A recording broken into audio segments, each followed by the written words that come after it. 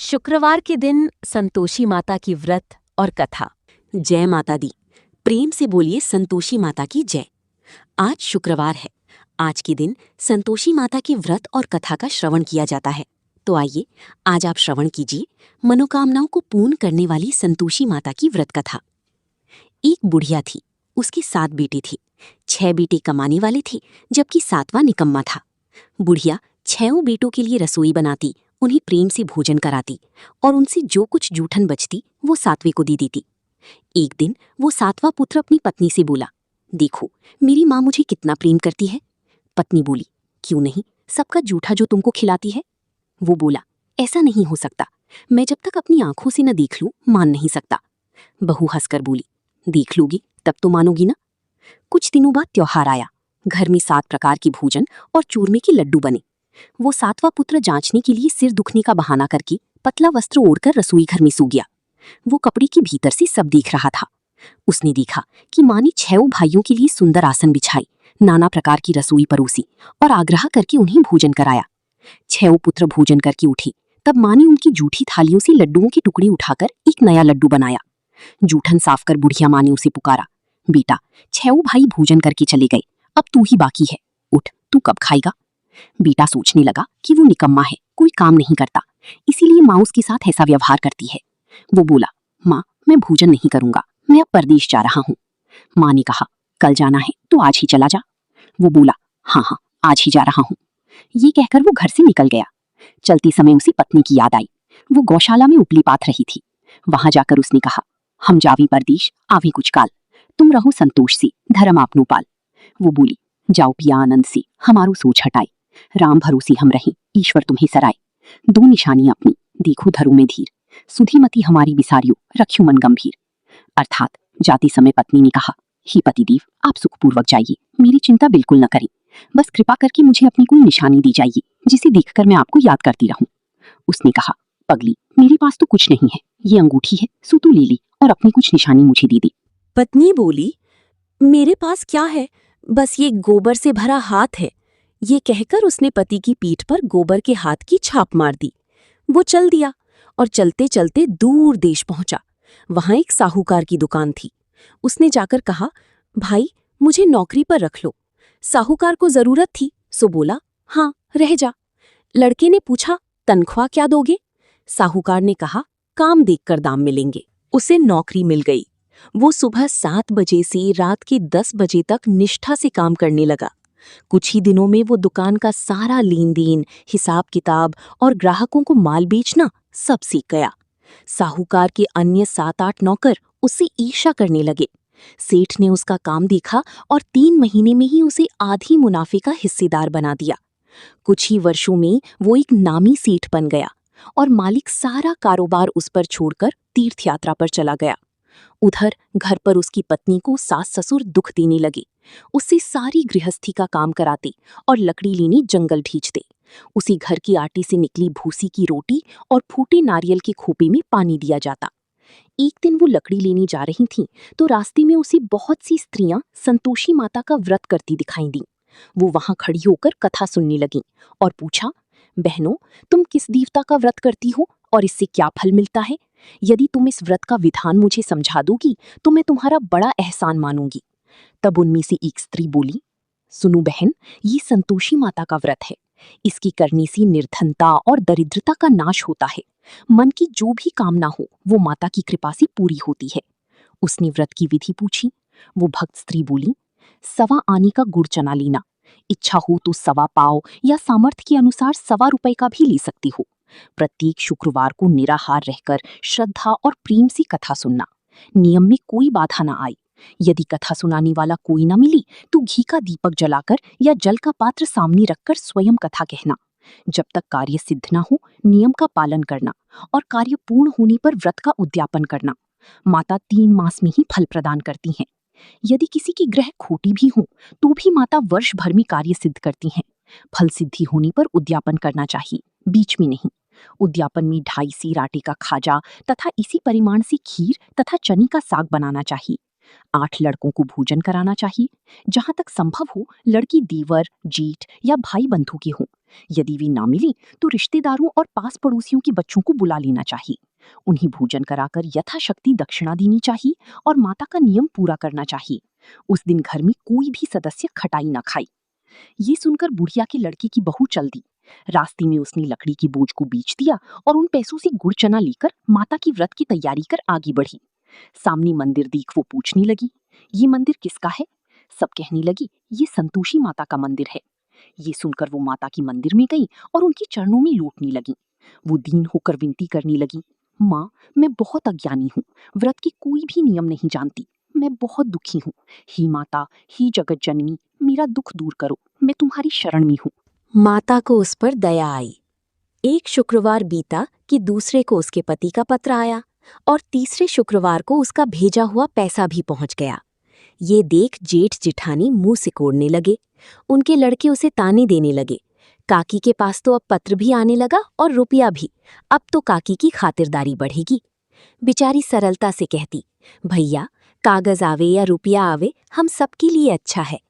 ऐसा कहकर वो आंखों में आंसू भरकर संतोषी माता के मंदिर पहुंची और मातेश्वरी के चरणों में गिरकर रोने लगी। हे माँ, मैंने तुमसे पैसा कब मांगा था? मुझे पैसे से क्या काम? मुझे तो अपने सुहाग से काम है। मैं तो अपने स्वामी के दर्शन चाहती हूँ। तब माता ने प्रसन्न होकर कहा, जा बेटी, तेरा स्वामी आएगा। ये सुनकर वो खुशी से बावली होकर घर के कामों में जुट गई। अब संतोषी माँ विचार करने लगी कि इस भोली पुत्री को मैंने कह तो दिया कि तेरा पति आएगा, लेकिन कैसे? वो तो इसे स्वप्न में भी याद नहीं करता। उसे याद दिलाने मुझे ही जाना पड़ेगा। माताजी उस बुढ़िया के बेटे के पास स्वप्न में प्रकट होकर कहने लगी, साहूकार के बेटे, सो रहा है या जागता है? वो बोला, माता, सोता भी नहीं जागता भी नहीं, कहो क्या आज्ञा है? माँ कहने लगी, तेरे घर बार कुछ है कि नहीं? वो बोला, मेरे पास सब कुछ है मैया, माँ है, बाप है, बहू है, भला क्या कमी है? माँ बोली, भूले पुत्र, तेरी बहू घोर कष्ट उठा रही है। तेरे माँ बाप उसे परेशानी दे रहे हैं।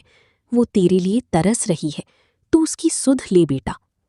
वो बोला, हाँ माँ, ये तो मालूम है, परंतु जाऊं कैसे?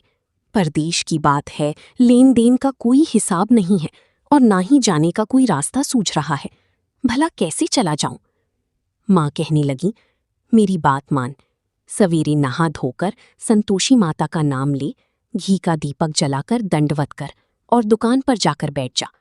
देखते ही देखते सारा लेन देन हो जाएगा, जमा माल बिक जाएगा और सांझ होते होते धन का भारी ढेर लग जाएगा। मैया की बात मानकर वो सुबह नहाया, संतोषी माता को दंडवत कर घी का दीपक जलाया और दुकान पर जा बैठा। थोड़ी ही देर में कर्जदार रुपया लाने लगे और लेने वाले अपना हिसाब चुकता करने लगे। कोठरी में भरी सामान की खरीदार नकद दाम देकर सौदा करने लगी। शाम तक धन का भारी ढेर लग गया। मन में माता का नाम ले वो इस चमत्कार को देखकर प्रसन्न हुआ और घर ले जाने के लिए गहने, कपड़े व सामान खरीदने लगा। काम से निपटकर वो तुरंत घर के लिए रवाना हुआ। उधर उसकी पत्नी जंगल में लकड़ी लेने गई थी। लौटते वक्त वो माता की मंदिर में विश्राम करती थी, क्योंकि वो उसकी प्रतिदिन रुकने का स्थान था। धूल उड़ती देख उसने माता से पूछा, हे माता, ये धूल कैसे उड़ रही है? माता बोली, हे पुत्री, तेरा पति आ रहा है। अब तू ऐसा कर कि लकड़ियों के 3 बोझ बना ले।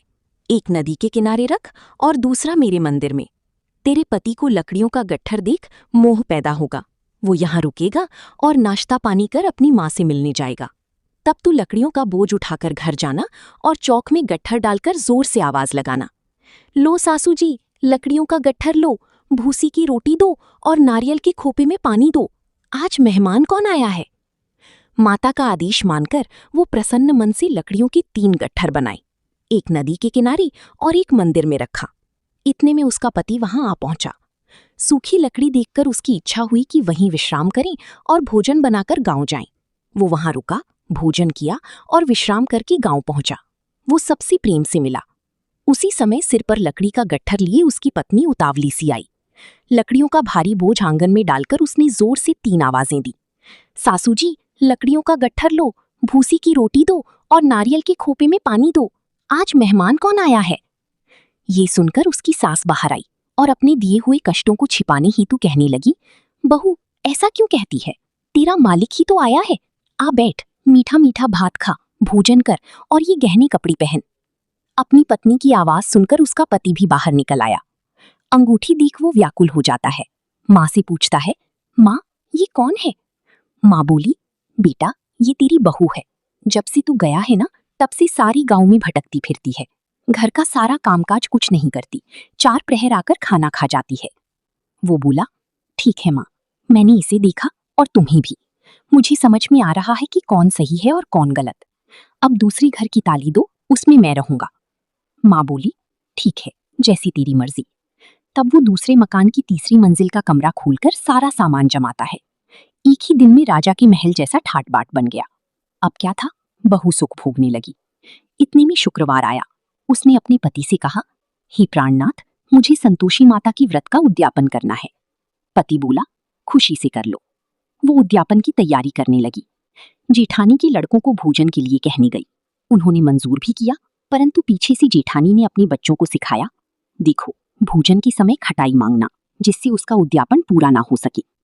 अब देखिए, लड़की भोजन करने आई, खीर खाई, पेट भर खाना खाया, परंतु बाद में खाती ही कहने लगी, हमें खटाई दो, खीर खाना हमको नहीं भाता, खीर को देखकर अरुचि होती है।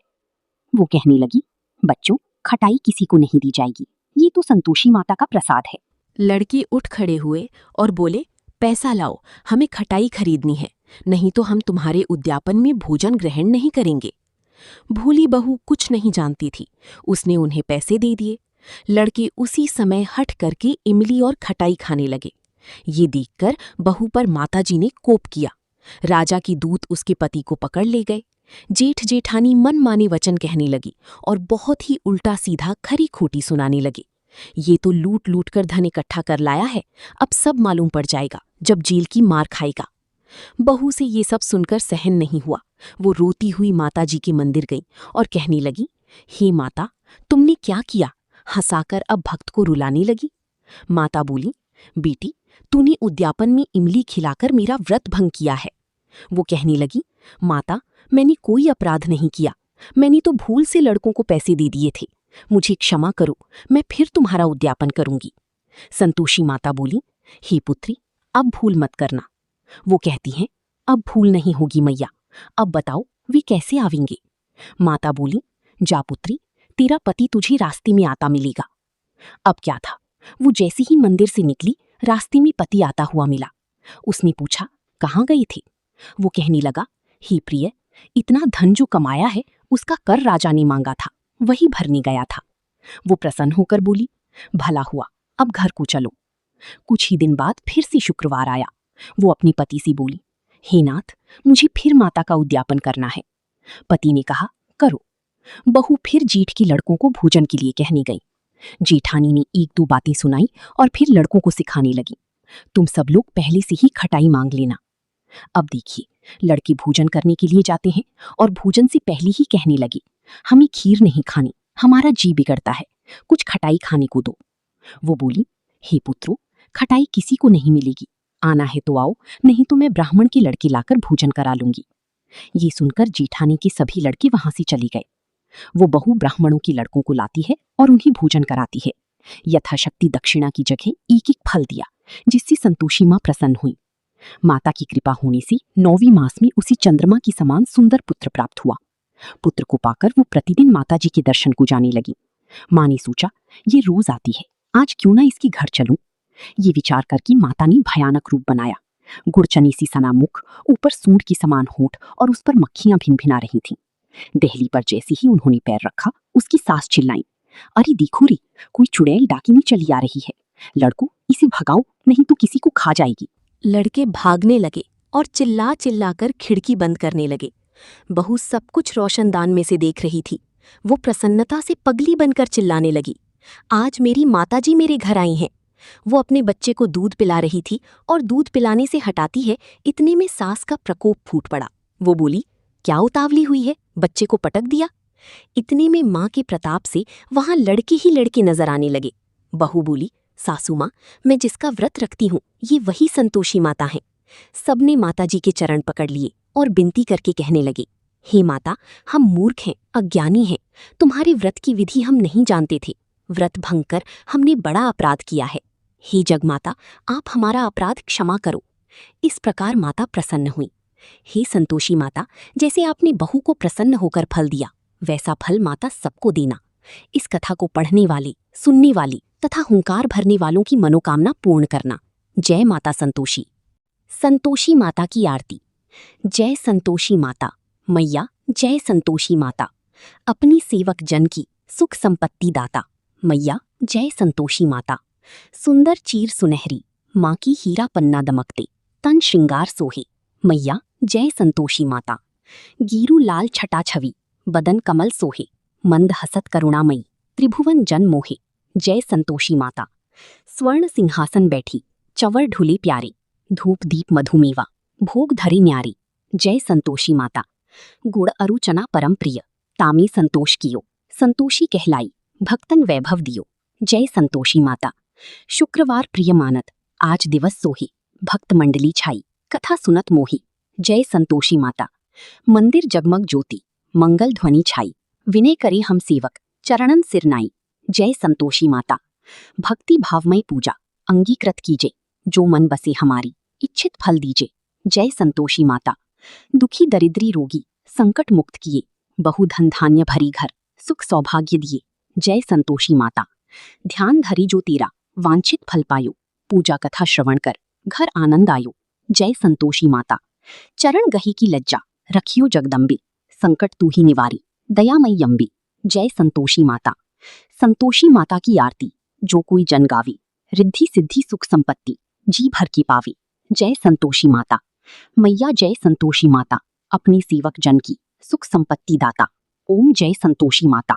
मैया जय संतोषी माता। प्रेम से बोलिए संतोषी माता की जय।